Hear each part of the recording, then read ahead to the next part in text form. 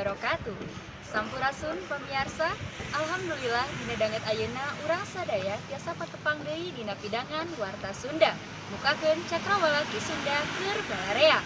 Kantosna dina edisi Salasa kaping 8 Mei 2017 direncangan ku simkuring Heni Melianawati. Pamirsa, aya sababaraha warta nu baris didugikeun salah sawiosna nyaeta ngeunaan musibah anu narajang wewengkon urang, khususna mah di Jawa Barat. Sapertos sababaraha waktu kalarum aya musibah caah atanapi banjir di Kota Bandung anu ngabalukarkeun sanes wae kana materi tapi oge karugelan tina ayana korban jiwa. Nyaeta hiji jalmi nu namina Ade Irawan ngantunkeun sabada katimpaan caah. Pamirsa, mung sakitu bewara nu tiasa didugikeun dina dinten ieu. Simkuring Heni Melianawati sareng ku anu mancan tugas ngahaturkeun nuhun kana perhatosanana.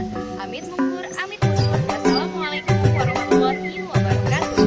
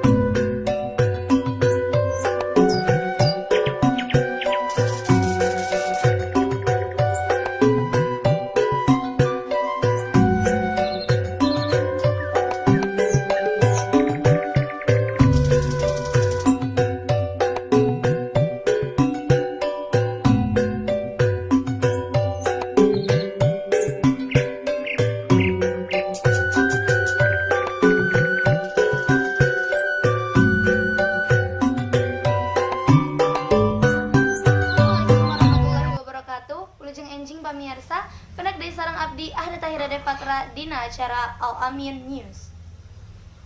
Dina kaping 2 Februari 2016 kamari, SMP Unggulan Al-Amin ngayakeun studi tour ka Yogyakarta.